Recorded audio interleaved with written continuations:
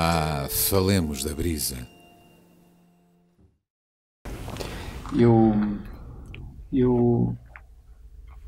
Nós temos aqui uma atitude muito paritária, não é? De géneros. Sim. Quando a gente abre a porta e deixa passar o outro, é sobretudo porque é o outro ou a outra. Exatamente. E não porque é só a outra que passa primeiro. Exatamente. Eu muitas vezes abro a porta e deixo passar, independentemente do género. É uma questão de educação. E da idade, independentemente da idade, às vezes. Independentemente da idade. Então, sendo assim, eu vou começar por... Ai, tudo para seres tu!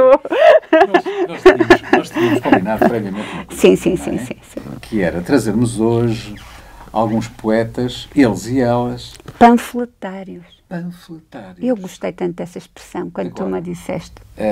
Isso não quer dizer que o poeta panfletário tivesse que elaborar textos, neste caso poemas, que só por si tivessem um conteúdo político marcado e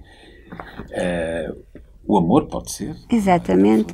Eu acho que nós os dois interpretamos o panfletário de uma nova maneira. É como se as pessoas viveram de um modo, a sua própria vida de um modo revolucionário, sem precisar fazer uma revolução, mas de algum modo eles marcaram a sua época, eles marcaram o mundo à sua volta. Foi assim que eu entendi o panfletário, independentemente de andarem com uma arma na mão ou de serem autores de intervenção. Uma revolução interior. Exatamente. Não é? Intelectual, simplesmente. Claro. Ou do coração. Ou do coração. Tu hoje estás virado para o coração. Eu, por acaso, não trouxe nada assim muito... Ai, trouxe, olha. Eu achei que não tinha trazido. Eu vou começar por ler. Vou guardar aqui este cartãozinho que estava a fazer a marcação da página. Oi. E que é um agente terrível de publicidade, uma marca que anda por aí. Isso não convém. E então, eu queria presentear-te com este poema, é o título de um poema que é curtíssimo. Eu tinha aqui um outro poema fantástico, só que é longo, do António José Forte. António José Forte foi um dos poetas do movimento tardiamente em Portugal chamado de surrealista, não é? Ele surgiu em Portugal praticamente 20 anos depois de 1924, quando o primeiro manifesto surrealista em França, de Breton e dos seus correligionários. E o António José Forte fez parte de um grupo extremamente proativo e que se reunia num café, que já se perdeu na voracidade dos tempos e dos bancos, não é? Em Lisboa, que era o Café Gelo. A atividade profissional do António José Forte, essa era a sua atividade lúdica, fora de horas, e provavelmente, não sei, a outra era-lhe extremamente grata e ele adorava aquilo que fazia realmente. E uma estava interligada à outra. Mas ele fez parte das bibliotecas itinerantes da Gulbenkian. Ele trabalhou na Gulbenkian durante 2 dezenas de anos. E essas bibliotecas tiveram um papel fundamental. Elas levavam as boas novas ao interior do país. Exatamente. E as pessoas estavam ansiosas que eles chegassem. Eu conheci algumas pessoas há uns anos atrás, eu e um grupo de gente da Faculdade de Letras da Universidade do Porto, do curso de História e de Arqueologia. Estivemos em escavações durante muitos anos ali na zona de Baião, mais provavelmente na Serra da Arboreira. Presto aqui homenagem ao Vítor Oliveira Jorge, à Susana Jorge, ao Beto Bacelar Gonçalves e a toda a vastíssima equipa de gente extraordinária, colegas de faculdade que trabalharam nessas escavações. E eu conheci algumas pessoas nessa altura em Baião. Baião distava e dista 50 e tal quilómetros do Porto, 60 quilómetros do Porto, mas era muito longe. Era. É verdade. Então, havia pessoas que nunca tinham saído praticamente dali. Tinham ido a Amarante, ao Marco Canaveses, assoalheiro. E já era muito. Já era muito. Penafiel, e tinham-se ficado por aí. E para essa gente que tinha alguns conhecimentos de leitura, tinham frequentado a escola, na maior parte das vezes até à terceira classe, tinham rudimentos de leitura, e tinham uma apetência muito grande pelos livros.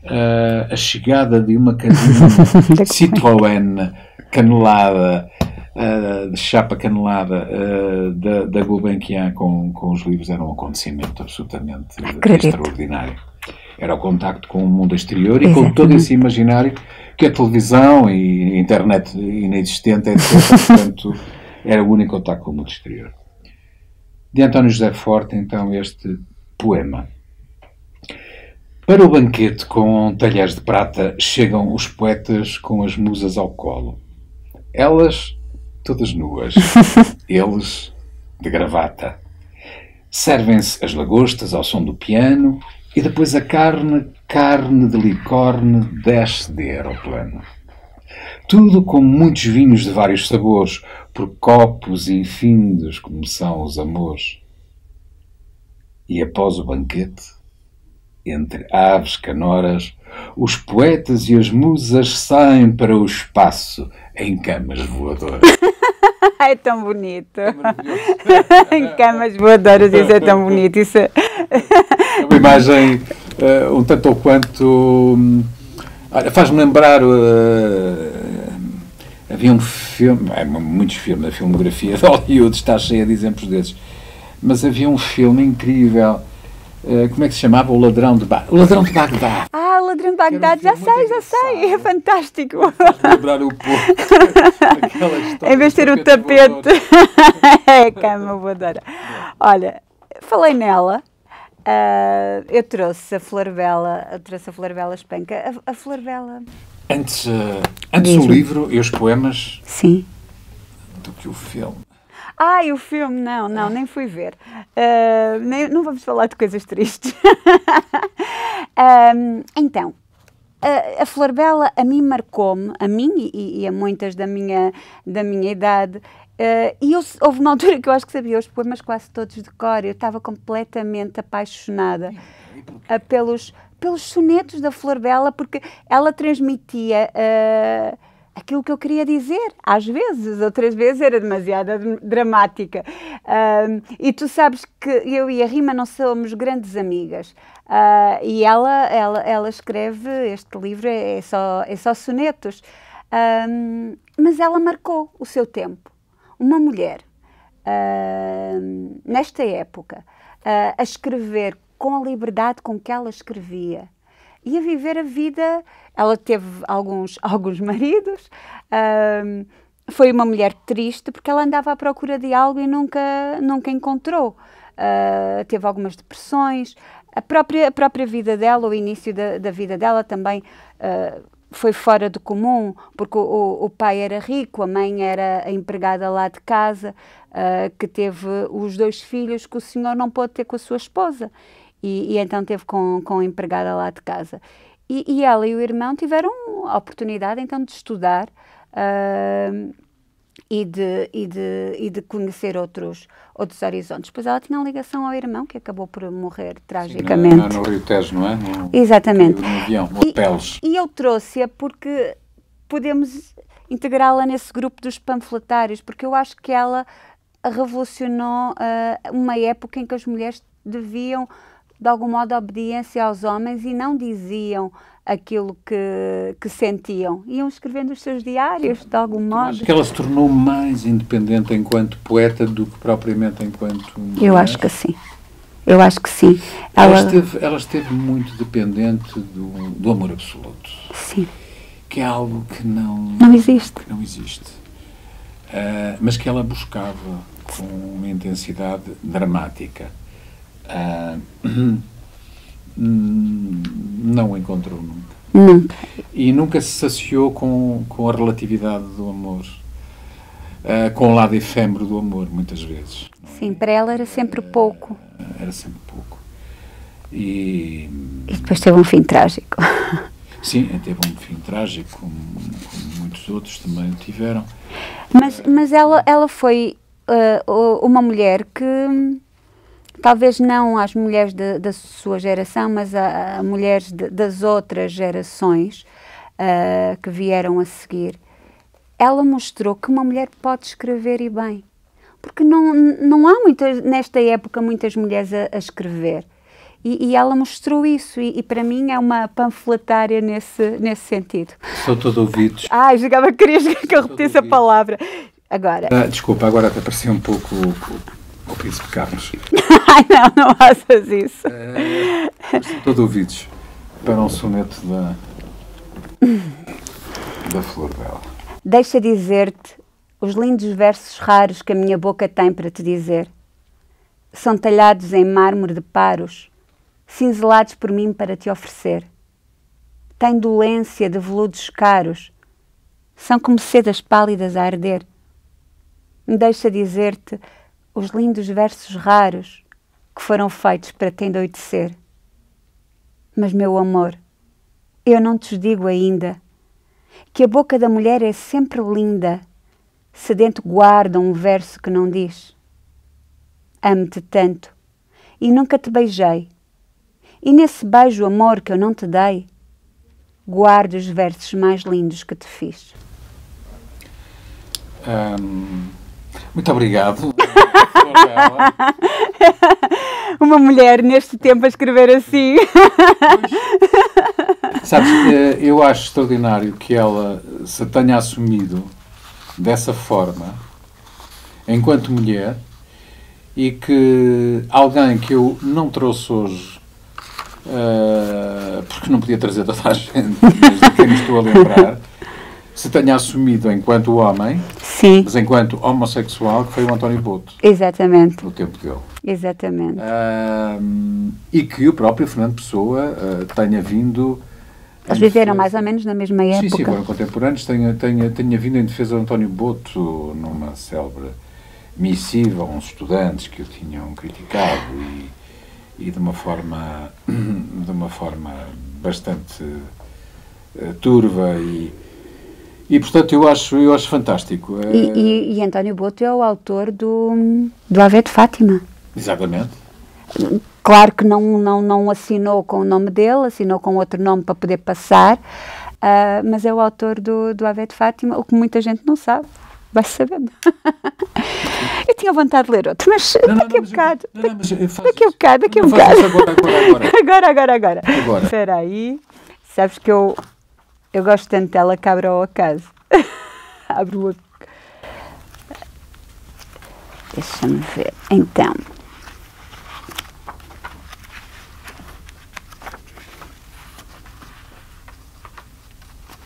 Sei lá, eu sei lá bem quem sou. Um fogo fato, uma miragem, sou um reflexo, um canto de paisagem ou apenas cenário. Um vai e vem, com uma sorte, hoje aqui e depois além. Sei lá quem sou, sei lá. Sou a roupagem de um doido que partiu numa romagem e nunca mais voltou. Eu sei lá quem. Sou um verme que um dia quis ser astro, uma estátua truncada de alabastro, uma chaga sangrenta do Senhor.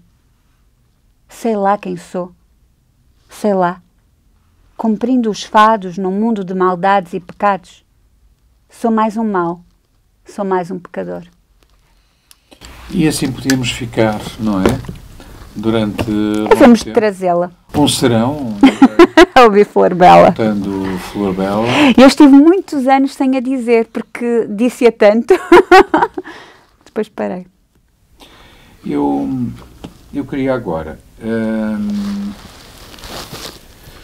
pegar num livro. Eu não sei exatamente se não terá sido o primeiro ou um dos primeiros livros do Joaquim Pessoa. Chama-se Amor Combate. É dos livros mais importantes desta segunda metade do século XX da poesia portuguesa. Tenho de lhe render a minha sincera homenagem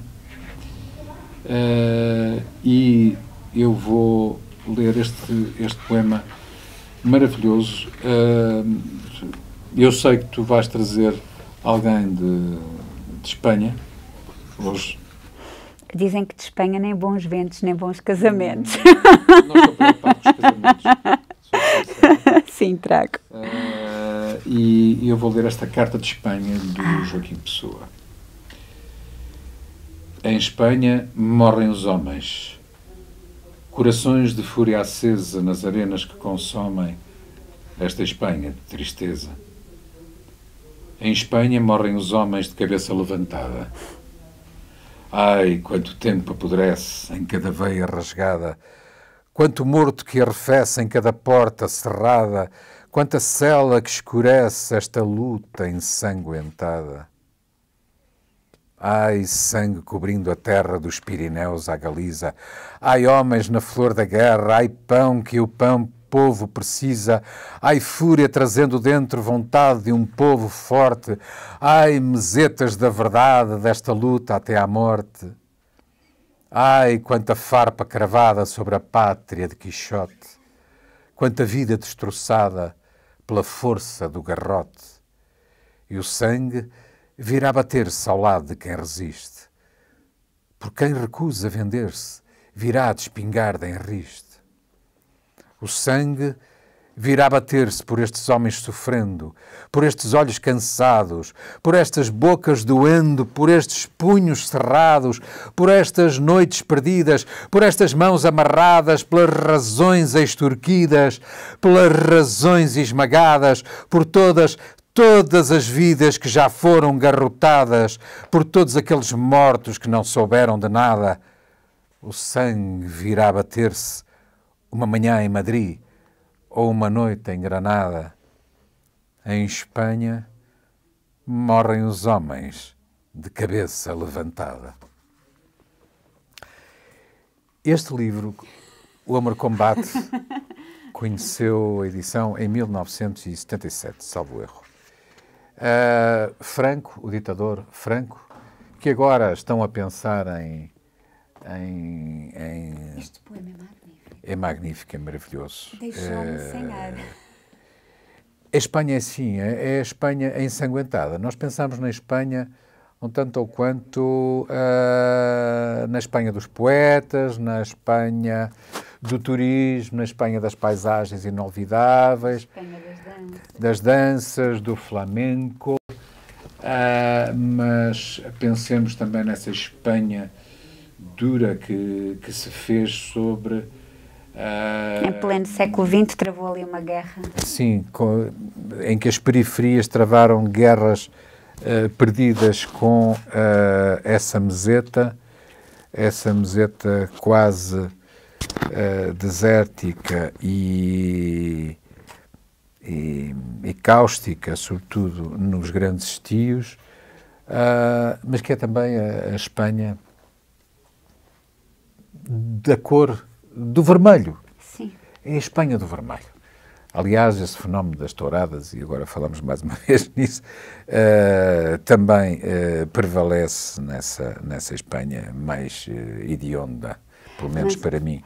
Mas no final do século XX, eu lembro-me que volta e meia vinham notícias de Espanha por causa dos ataques da ETA, e então sim, o sangue lá está presente. Sim, é verdade.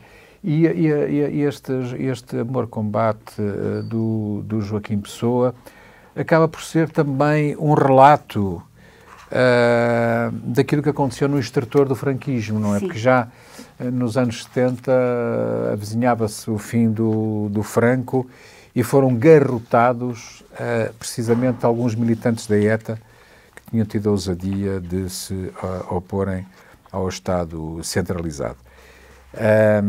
Embora a ETA estivesse suja, obviamente tivesse as suas mãos sujas com o sangue de muitos espanhóis, fossem eles culpados de grandes crimes e de grandes distorções sociais e de grande exploração social, ou não.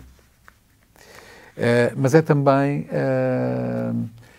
ele fala também de Granada. Sim, onde morreu E esta Granada provavelmente... do Lorca. O Joaquim Pessoa referia-se ao nosso queridíssimo Federico. Lorca. Está aqui. Está aí. Falaste também da Galiza, também fala na Galiza e eu de facto trouxe a Rosalia de Castro. Vamos então ouvir. Esta mulher magnífica que marcou o seu tempo e eu trouxe-a por causa disso. Ela, à sua maneira, foi também uma panfletária. Ela é considerada a fundadora da literatura galega moderna. E 17 de maio é o Dia das Letras Galegas e escolheram esse dia porque foi o dia que ela publicou a sua primeira obra em língua galega, que são os Cantares Galegos. Não é este livro que eu trago aqui, eu trago os Folhas Novas. Ela nasceu em 1837 e morreu muito cedo. É engraçada as origens dela, porque ela foi adotada, mal nasceu. E a sua mãe era uma fidalga e o seu pai dizem que era um padre. E então ela foi abandonada, mas depois vieram umas tias paternas que tomaram conta dela e dizem também que ela depois, por volta dos 4, 5 anos, foi viver com a mãe. Mas foi uma pessoa que teve, que foi instruída, que estudou, e o facto de... Numa Galiza extremamente atrasada, do ponto de vista da literacia e das oportunidades de género, etc. A Galiza, de toda a Espanha, é parte... Era o parente pobre, não é? Ainda dizem que é. Ainda dizem que é o parente pobre, que não está tão desenvolvido. E depois há a questão da língua. Nós há pouco estávamos, antes do programa começar, estávamos a falar sobre isso. Ela atreveu-se a escrever em galego e ela veio reabilitar o galego escrito, porque o galego tinha caído em desuso. Não era de bom tom. Se as pessoas queriam parecer... que eram mais intelectuais, tinham que saber o castelhano. Quem falava o galego eram os mais velhos, os mais pobres, como tu tinhas dito. Não consigo aguentar mais tempo. Olha, eu preciso de ouvir um poema. Eu tenho aqui um poema dela que foi cantado por um cantor português, daqueles cantores de intervenção, que eu agora estou com uma falha terrível. O Adriano Correia de Oliveira. Voz única... o valente Adriano Correia de Oliveira, e eu ontem estava a fazer umas pesquisas à volta dele e veio-me às mãos a Rosalia de Castro e ele cantou, Cantar de Imigração, e é muito curtinho. Este parte, aquele parte e todos se vão. Galiza sem homens ficas que possam cortar teu pão.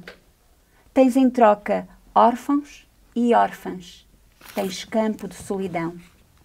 Tens mães que não têm filhos, filhos que não têm pais, coração que tens e sofre longas ausências mortais, viúvas de vivos mortos que ninguém consolará. Pois, terra de imigração, terra de pescadores, terra também de muitas... Fidel Castro, dos pais dele. Sim, dos ascendentes do Fidel, não é? Exatamente. Eu já agora iria visitar uma terra que dizem ser nossa. Lá regressamos nós à história das fronteiras, quer dizer, uma coisa estranha, não é? Esta história das fronteiras. Na realidade, está do lado de cá, eu prefiro dizer assim, mais do que nós, está do lado de cá do Rio Minho, não é? Na margem esquerda do Minho, e que é Vila Nova de Cerveira. E porquê? Porque... nós todos sabemos que Cerveira acolhe, desde há umas talvez 3 décadas, a Celbe Bienal, não é? Sim. E eu tenho aqui este pequeno poema, de uma enorme ironia, obviamente, e não é uma crítica à Bienal de Cerveira, antes pelo contrário, a Bienal de Cerveira tem-se mostrado com um dinamismo por vezes fora do comum. É mais um pequeno livro do João Habitualmente, este publicado pela saudosíssima editora Pé de Cabra, e que se chamava Agradecemos. E este poema intitula-se Na Exposição. E diz o João Habitualmente: tanta luz naquela sala, tantos senhores que jeitosos!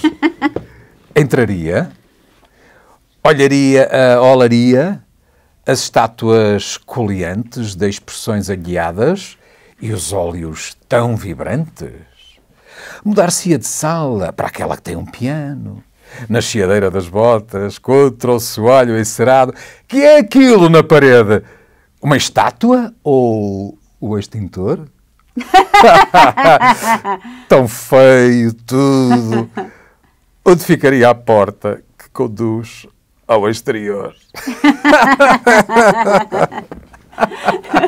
Essa do extintor foi uma boa piada. Não, a arte moderna tem destas coisas. Tem, é verdade, é verdade.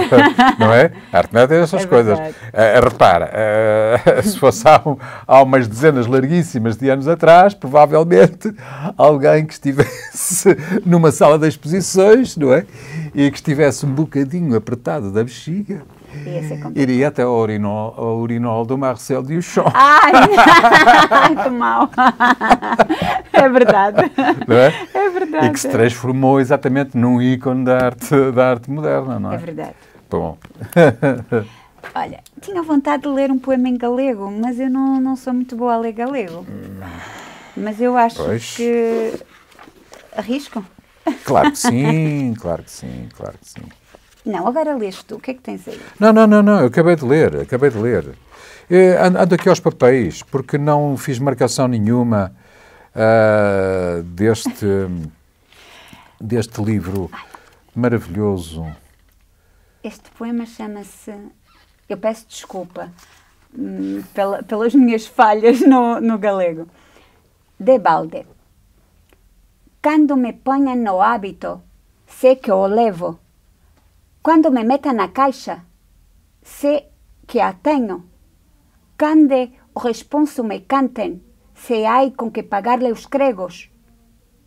E quando dentro de a cova, que ainda se me leve São Pedro, sei só o pensá-lo no rio, com uma risa os denhos que enterrar han de enterrar-me, aunque não lhes deem dinheiro. É muito engraçado. É muito bom. Delicioso. Eu acho o galego uma delícia. Sabes como é que se diz beijo em galego? Ou dá-me um beijo? Não sei. Isto é uma frase maravilhosa. Nunca beijei nenhuma galega, quer dizer, não... É bicamete. Bicamete. Isso é lindo. Um bico. Bicamete. Faz um bico. Bicamete. Cuidado.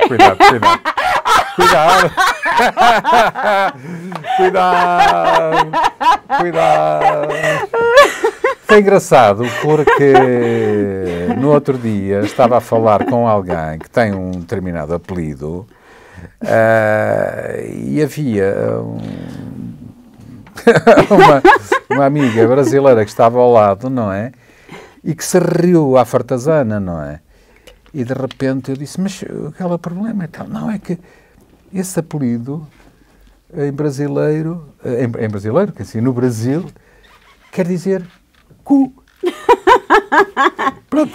Mas eles dizem mesmo, dá-me um bico. Há um livro maravilhoso que se chama El Significado de Tingo. E que é um livro que eu vou trazer um dia destes para nós conversarmos aqui. E que é muito interessante, trata precisamente das expressões que têm significados diferentes, ou seja, têm a mesma grafia, não é? Mas têm significados completamente distintos conforme os países. E há coisas absolutamente disparatadas, estonteantes e hilariantes.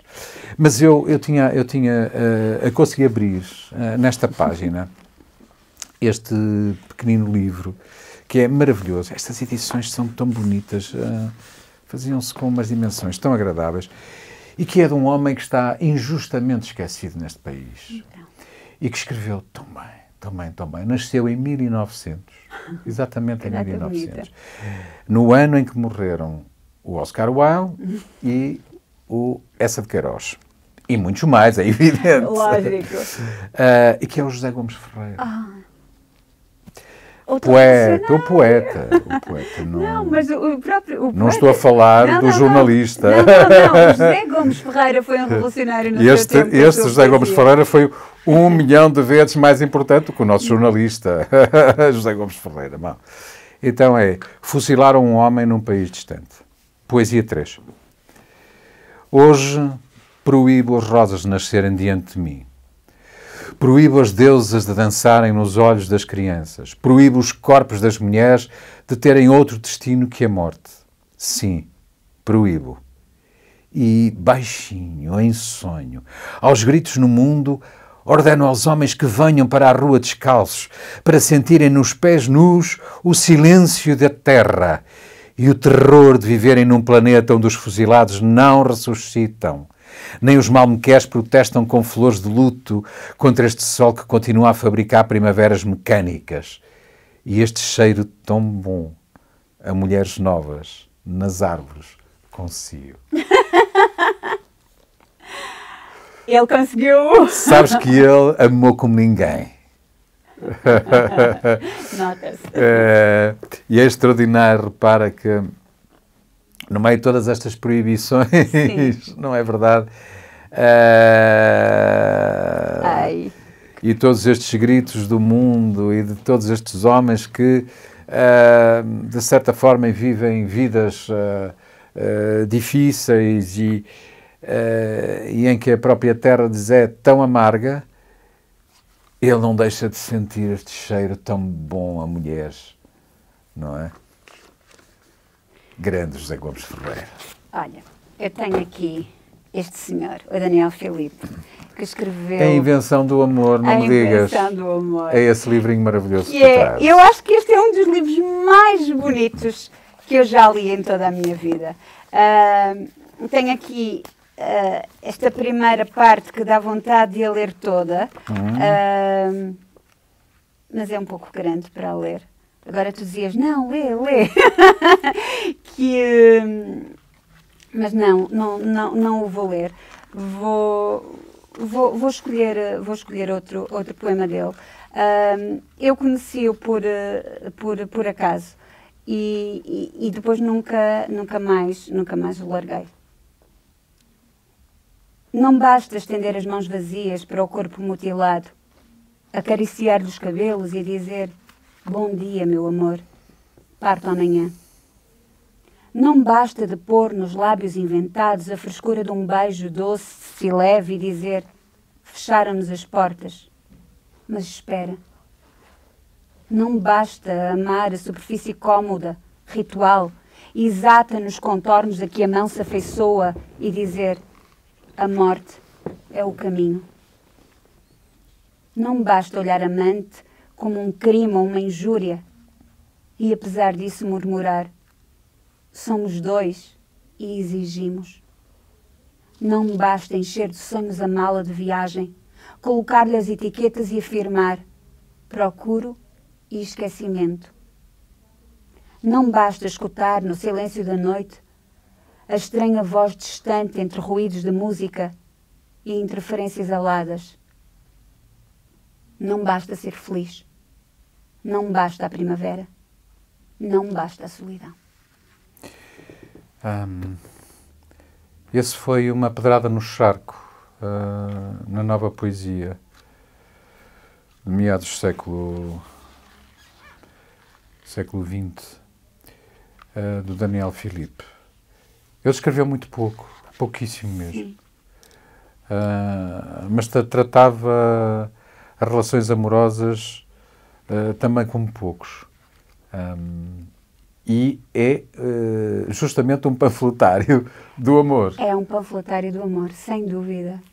E este primeiro poema, que enche o livro e que eu acho que isto é uma espécie de hino ao amor, que fala de dois apaixonados num país em que é proibido as pessoas amarem-se, é proibido as pessoas sorrirem, é proibido haver flores. E essas pessoas, esse casal, atreveu-se a amar. Cruzou-se apenas numa esquina e atreveu-se a amar. E então fala desse país sem liberdade, em que até o amor é proibido.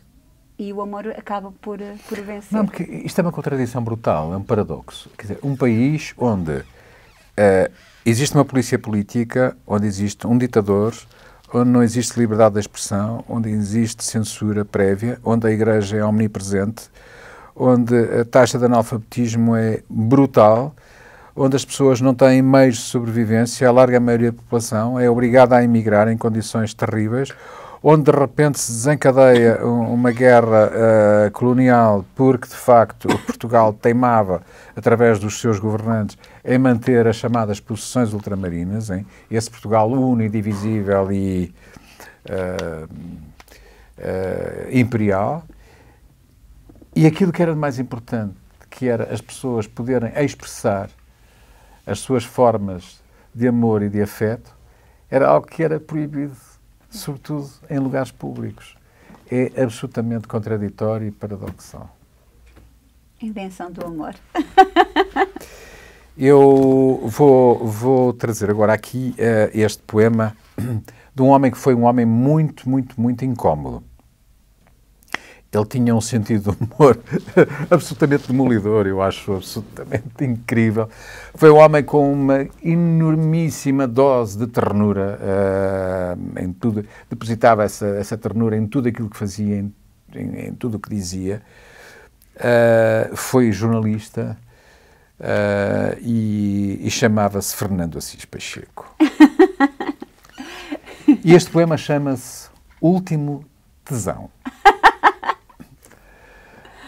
Alombo contigo há uma porção de anos e vou-te dizer, és um chato, não tens ponta de paciência para a vida nem para ti próprio. Já te ouvi discursos a mandar vir, já te carreguei às costas, bêbado como um baco de aldeia, mijando as cerolas. És um adolescente retardado, faltou-te sempre a quarta do bom senso. Vês por outra um livrinho de versos, vês por outra nada. Qualquer um do teu tempo está bastante melhor do que tu, deputado, administrador de empresa, ministro da maioria, puta. Alguns chegaram a isso. Só tu, meu inocente, brincas com a neta, assulas o cão pedindo à família que te ature. O tipo um dia destes morde, que é para aprenderes. Mas aqui entre amigos, vou-te dizer também uma coisa importante. Não cedas à tentação de mudar. Fica nesta pele que é tua. Como é que tu escrevias? Merdalhem-se uns aos outros. O país mete dó. Guarda o último tesão para mandares meia dúzia de canalhas à tábua. Ele era assim. Ele era assim. Ai, ele era fantástico. Fernando Assis Pacheco era exatamente assim. Adoro. Olha, eu trago o teu amigo, eu conheci-o através de ti, o Mário Henrique Leiria, através, nós chegamos a ler muitas vezes os contos de Gin Tónico. É verdade. E agora, há esta edição com as obras completas do Mário Henrique Leiria. O primeiro volume é um volume com ficção, que tem os contos do Gin Tónico, os novos contos de Gin Tónico e outros contos. O segundo é de poesia e o terceiro, que ainda não saiu, eu penso que é de... Crónicas de ou... teatro. Teatro. O terceiro é de teatro. E então, a introdução e a organização das notas deve-se aqui a uma apaixonada pelo Mário Henrique Leiria, que é a Tânia Martuccelli, acho que é assim que se diz. E eu apaixonei-me pelo livro. E então eu vou ler. Ele também foi um panfletário. E tu sabes isso melhor do que eu, porque eu conheci-o através de ti e tu passaste-me essa paixão. Porque tu estavas a falar do sentido do humor. Ele tinha um sentido do humor brutal. Isso vê-se nos contos de Gin Tónico. Na poesia. Sabes que me agrada imenso que esteja a ser reeditada a obra dele. Nós, aqui há uns tempos atrás, falámos no Mendes de Carvalho, não é? Que também foi poeta e jornalista e que teve uma existência passando ao lado dos mídia e, portanto, hoje em dia ninguém sabe quem era o Mendes de Carvalho. editou entre 3 ou 4 coisas de ponta e mola, não é?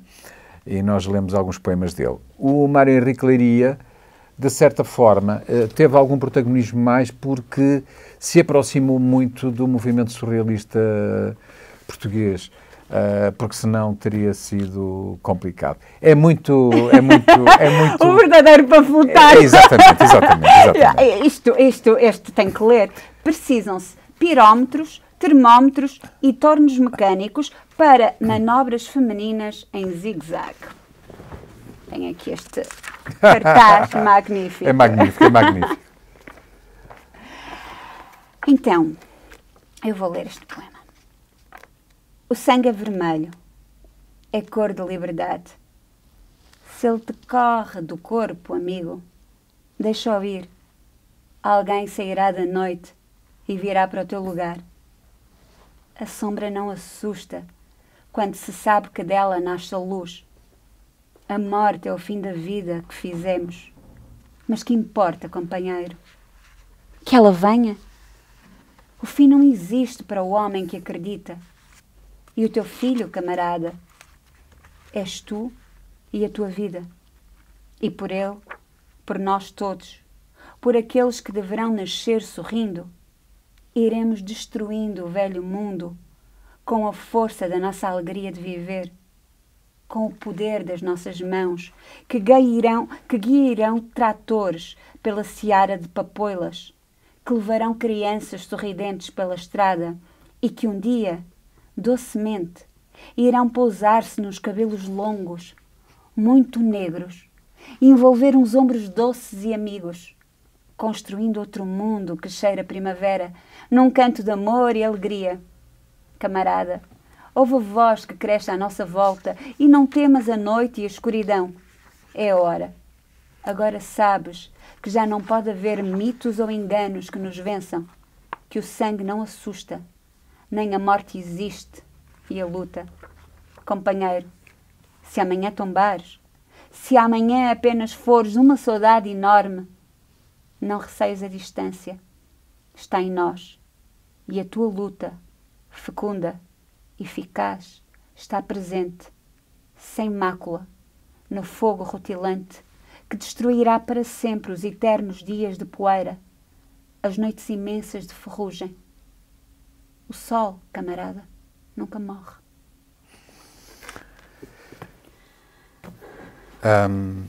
É panfletário, mas esta cega-rega para crianças também não deixa de ser um bocadinho panfletária. As criancinhas têm que começar, desde pequeninas, a perceber que o mundo não é só feito de fadas e duendes e princesas. Então, dizia o Mário Henrique Leiria, nesta edição que é muito menos... Ai, é tão bonita essa edição. É também, não é?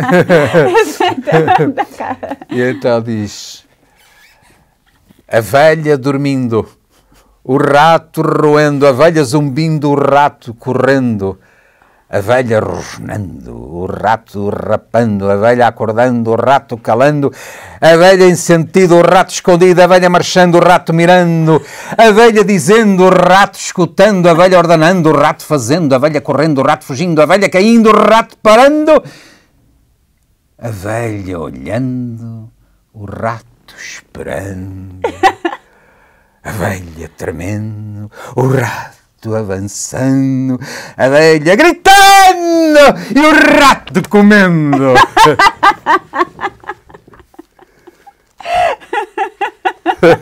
Ai, é magnífico.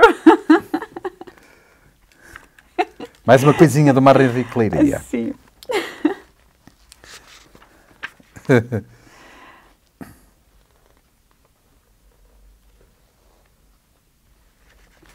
Então, és tu?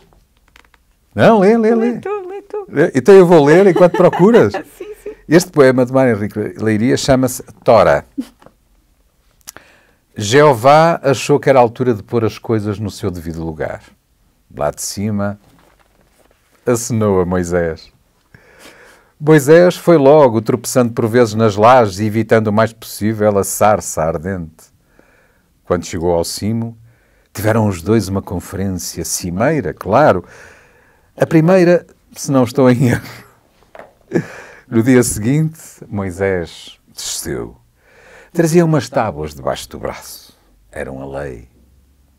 Olhou em volta, viu o seu novo e o seu povo aglomerado, atento, e disse para todos que estavam à espera: está tudo aqui escrito.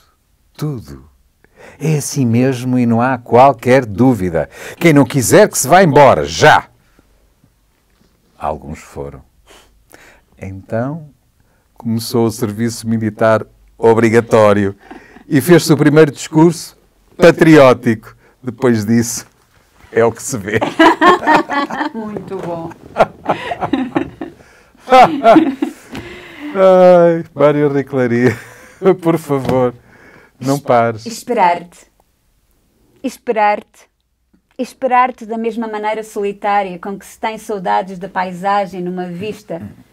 Ficar incerto, talvez desconhecido, olhando as mãos vazias e inúteis, um cigarro somente, enquanto passam minúsculos animais e o fumo te espera também. E esperar. Esperar apenas e não já esperar-te. Esperar qualquer coisa. Um rio que corra lentamente, um grande desastre de automóveis, o desmoronar da torre antiquíssima. Um corpo que apareça de súbito. Esperar só por esperar. Tanto pode ser que venhas, com que não venhas. Que nunca venhas. Depois, quando chegares, já eu parti. Mário Henrique Leiria. Muito bom. Eu trago aqui um poema Esse livro é lindo. de uma poeta extraordinária. Poderá ser nossa convidada num destes dias. Chama-se Inês Lourenço. Uma delícia. É uma mulher com uma capacidade de observação notável ao longo de toda a sua já longa vida. Uma sensibilidade muito especial, uma mulher de um coração generoso, de uma solidariedade sem limites. E podia não escrever bem, não é? Podia ser uma aprendiz de feiticeira, mas a poesia dela é soberba. E este livro, mais uma edição da Etc., contempla-nos com uma pequena homenagem aqui à República e aos animais de quem a Inês Lourenço, por quem a Inês Lourenço nutre um afeto muito especial. O livro chama-se Logros Consentidos e o poema Toponímia. Mudam-se os tempos. Já não sabemos as matinais canções, nem habitamos vilas morenas. Toleramos serventes de pedreiros louros, de preferência não legalizados. Queremos um grande apartamento em condomínio fechado, um Ferrari, uma piscina, um topo de gama de uma coisa qualquer. Temos ruas, temos praças e pontes com o nome de revolução. Como todos os países, temos hino. Nação valente, imortal. Tivemos canela e diamantes, santos, barregãs e dinastias de tiranos e servos. Andamos muito no mar, trocando rotas e poderes, escravos, inquisições e cruzes. Agora, neste estreito quadrilátero, de onde saímos e mal regressamos, sem Índias nem Quinto Império, salvou-se o manuscrito de Luís Vaz, a nado. Restam-nos a sardinha e a conquilha, ao que consta cercadas de barcos espanhóis. O bacalhau que já não vem da Terra Nova, a memória dos pescadores de baleias esgotada à captura nas ilhas. Também temos o 13 de Maio. O negócio clandestino das abortadeiras, a broa de avintes, os tintos, por enquanto, de marca, e o leitão da Bairrada, e o Benfica, e o Sporting, e o Futebol Clube do Porto. Temos ruas, temos praças e pontes com nome de revolução. topónimos nebulosos que a distância apagará. Apenas aquela rua chamada Cantor Zeca Afonso poderá surpreender o transeunte se acrescentarem o aviso. Nunca quis uma rua só para si.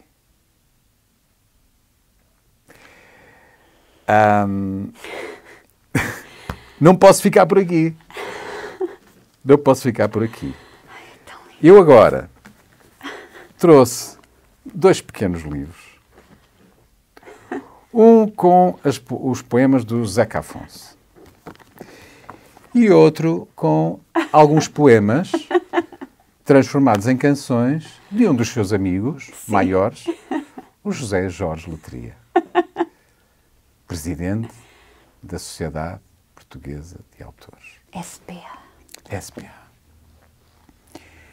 Então, repara, no final deste poema, a Inês Lourenço diz: apesar de o Porto, e estamos a falar da cidade do Porto, ter dado há uns bons pares de anos o nome de uma das suas ruas ao Zeca Afonso, exatamente, o Zeca nunca quis uma rua só para si. Exatamente. Ele era do mundo. Ele não queria... Ele era de todos. Exatamente. E de ninguém. Ele era um homem livre. Ele não queria condecorações. Ele não queria condecorações, não queria nada. Para não ter que as trazer no peito. Oh, Zé Jorge Letria, porquê insistir? Porquê? Quando a família já disse que não, quando uma grande parte deste Portugal que ama o Zeca e que quer honrar o Zeca e perpetuar a sua memória através dos seus poemas, das suas canções, do seu modo de vida, do seu exemplo de vida maior, da sua generosidade, da sua simplicidade, da sua bravura, porque ele foi de facto um homem que se bateu contra a ditadura, foi, sem dúvida, afoitamente. Foi, sem dúvida. Porquê? Levá-lo para fazer companhia a quem? À Sofia. Está bem. Ao Manuel da Arriaga. Ok. Ao Teófilo Braga. Talvez. Ao Almeida Garrett. Por que não? Ao Carmona. Ao Sidónio Pais. E depois a esses cenotáfios, ou seja, aos falsos túmulos. Aos falsos túmulos, quer dizer, chegaram ao ponto de dizer assim, aqui o Panteão é tão grande, está vazio, vamos arranjar à pressa alguns dos nomes ilustres deste Portugal. Só aqui, só... Então foram buscar os nomes de Luís Vaz. Eu acho isso magnífico. E só não foram buscar o Afonso Henriques, porque pressupõe-se que o Afonso Henriques está lá em Coimbra, não é? É verdade.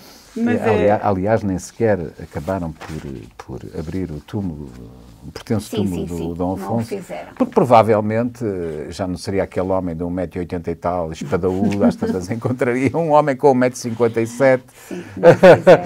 E a desilusão seria grande. Mas querem abrir outros túmulos. Mas querem abrir outros. E trasladá-los. Então, eu gostava de fazer aqui uma coisa, Cláudia. Em primeiro lugar, ler um poema que o Zé Jorge Letria escreveu há muitos anos e que se chama Cantiga para embalsamar um amigo. Ai de mim, dolorosa, que mataram meu amigo, a morte trazia na boca o seu travo mais antigo. Ai, escutai-me, provençais, só tive um e não quero mais. Ai de mim, penada, que o mataram em Monte Maior, seu nome era Martim e era de todos o melhor. Ai, escutai-me.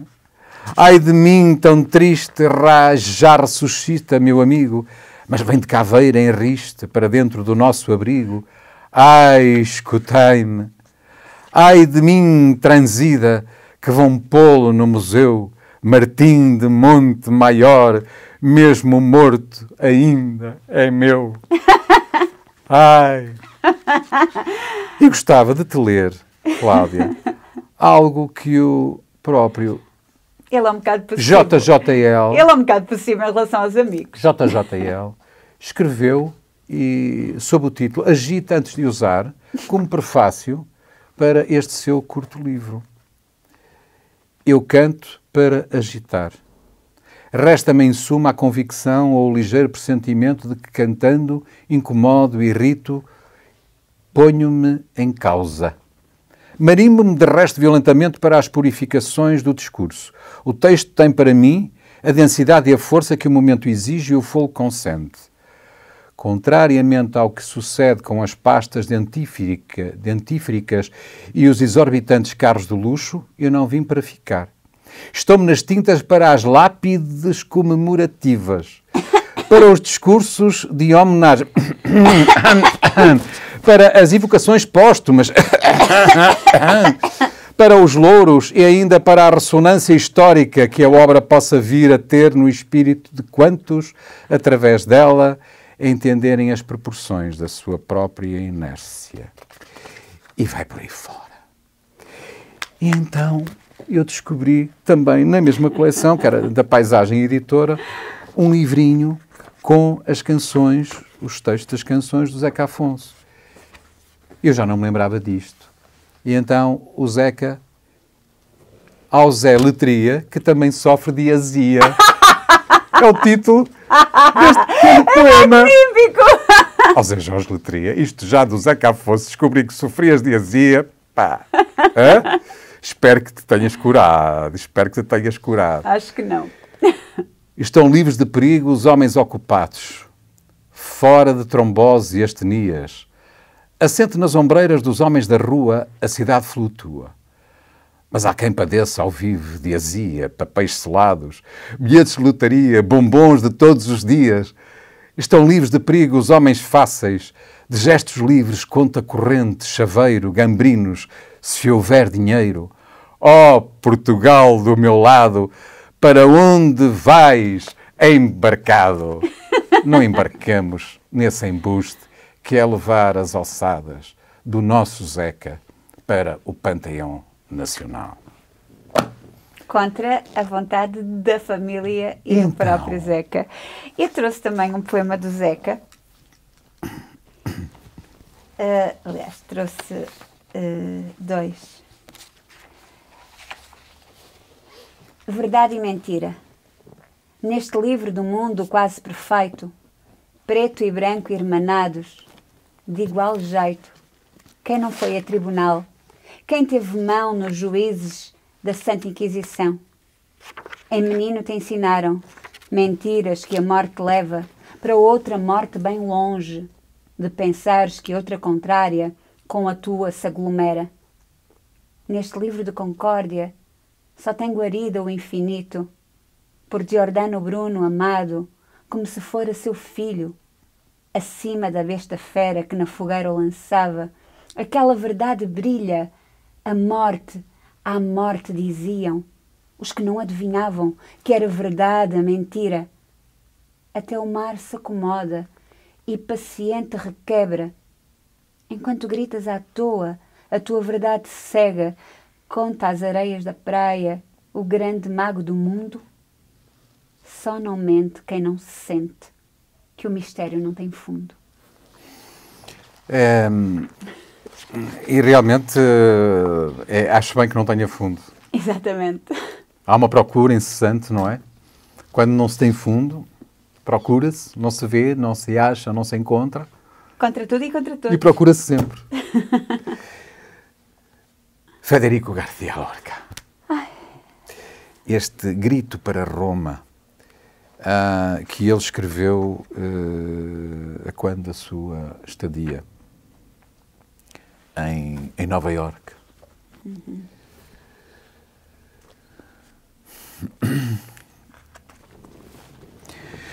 Gostaria de, em vez deste poema, trazer a Ode ao Walt Whitman. Só que a Ode ao Walt Whitman é longa. E creio que o poderemos fazer quando trouxermos o Walt Whitman também. E no especial Federico García Lorca. Então ficamos por este grito para Roma, que é magnífico também. Maçãs levemente feridas por finos espadinhos de prata. Nuvens rasgadas por uma mão de coral que leva no dorso uma amêndoa de fogo. Peixes de arsénico como tubarões. Tubarões como gotas de pranto para cegar uma multidão. Rosas que ferem e agulhas instaladas nos canos do sangue. Mundos inimigos e amores cobertos de vermes cairão sobre ti.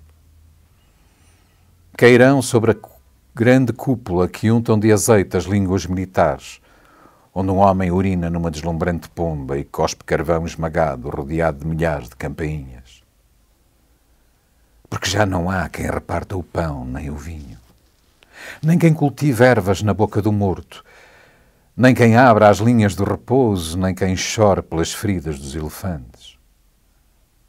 Não há mais que 1 milhão de ferreiros forjando cadeias para os meninos que hão de vir. Não há mais que 1 milhão de carpinteiros que fazem ataúdes sem cruz. Não há mais que uma turba de lamentos que abre roupas à espera da bala. O homem que despreza a pomba devia falar, devia gritar despido entre as colunas e tomar uma injeção para adquirir a lepra e chorar um pranto tão terrível que dissolvesse seus anéis e seus telefones de diamante. Mas o homem vestido de branco ignora o mistério da espiga, ignora o gemido da parturiente, ignora que Cristo ainda pode dar água, ignora que a moeda queima o beijo de prodígio e dá o sangue do cordeiro ao bico idiota do fazão.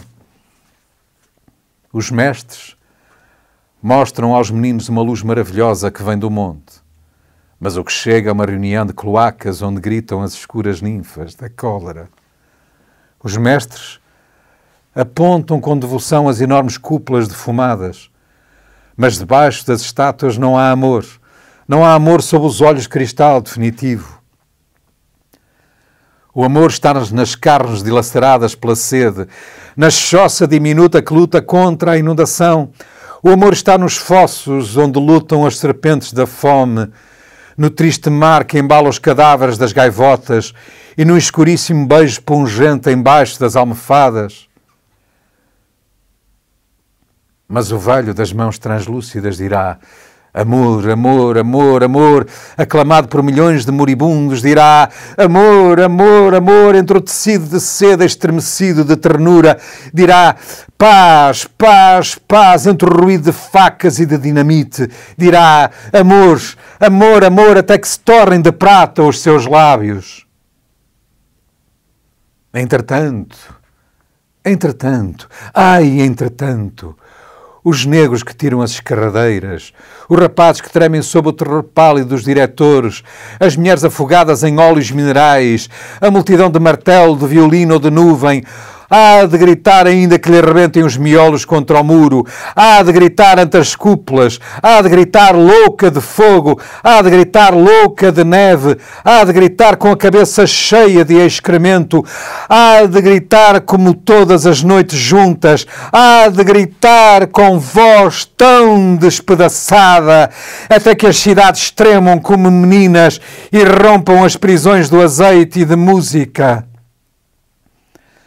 Porque queremos o pão nosso de cada dia, flor de amieiro e perene ternura debulhada, porque queremos que se cumpra a vontade da terra que dá seus frutos para todos. Federico Garcia Lorca.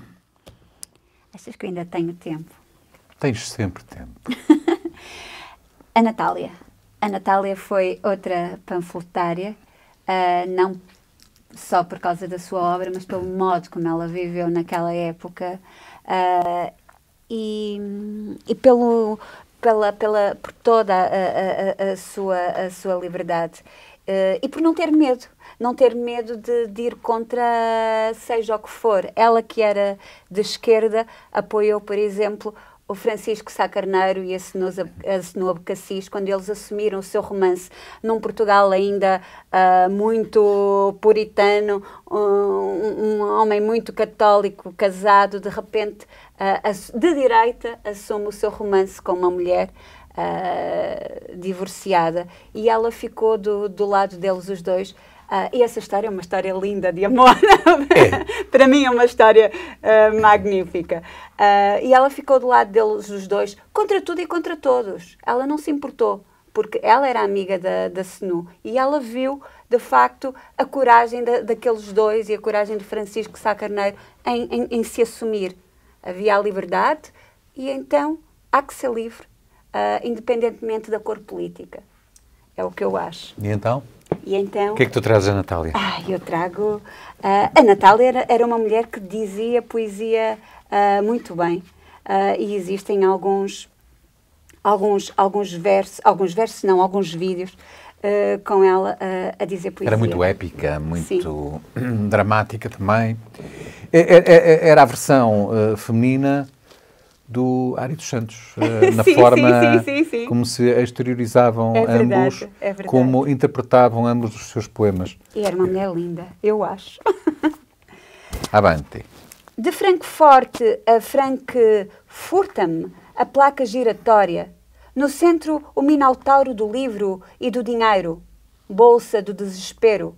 O aeroporto Cunha, a moeda do trânsito, da urgência joalheiro. Os diapositivos da espera me dissecam nesta de mármore mesa da minha anatomia e gelam as pestanas que velam o cadáver da pressa escarnecida pela meteorologia. Os pés, involuntários por tapetes rolantes, vão sendo massajados para as finais do juízo, para a leda flor de pinho dos nervos lusitanos. Francoforte é farmácia que não está de serviço. É de R's arrastados o ofício das ground hostesses, que escrevem sim e não com a ponta do nariz e emudecem as águas de batismo de Goethe nos químicos arredores deste alemão a giz. De Francoforte a Frankfurtam o ninguém coletivo. Este frio da morgue que abandona o cenário às unhas dos relâmpagos e às pombas pluviosas que pausas desdenhosas dejetam no horário. Aeroporto humano, apenas na retrete, na mansa paranoia da pista de absinto, pousa a Ariadana Fio 727, gargalhando a saída do lerdo labirinto. É Natália no seu melhor. Certeira, mordaz, sarcástica. Tu viste que eu até li um bocadinho como ela. Só um bocadinho. Não acredito. Não eu acredito. sentia. Não acredito. Ela ia ler ainda mais. Não és a Natália. Ainda bem que não és a Natália. Ainda bem. Como eu, se pegar num poema do Ari, eu gosto de ser como sou. Não vou ser Ari dos Santos. Adoro a tua leitura.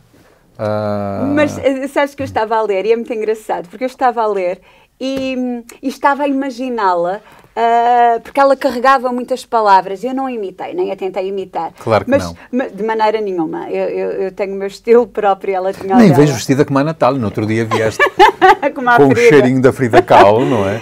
Ainda sabe ver, mas ela carregava muito nas palavras e é muito engraçado. E o Ari também. Eles diziam poesia, como tu dizes, um pouco da mesma maneira.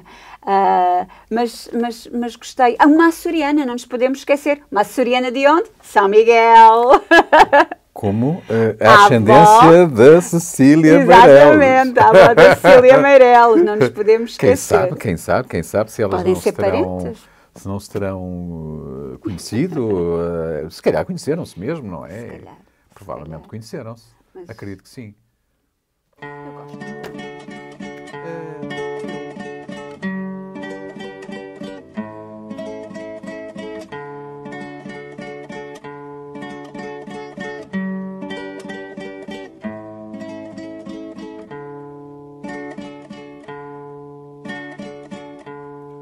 Roubou-me Deus, outros o diabo, quem cantarei?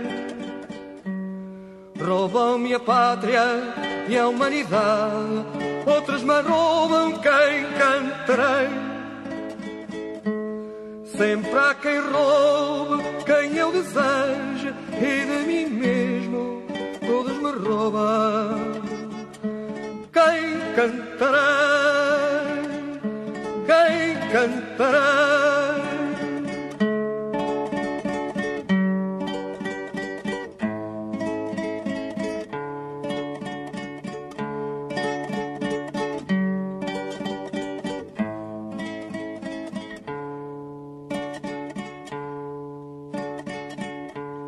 Roubou-me Deus, outros o diabo, quem cantarei? Roubam-me a pátria e a humanidade, outros me roubam, quem cantarei? Roubam-me a voz quando me calo, ou o silêncio, mesmo se falo. Ai, que não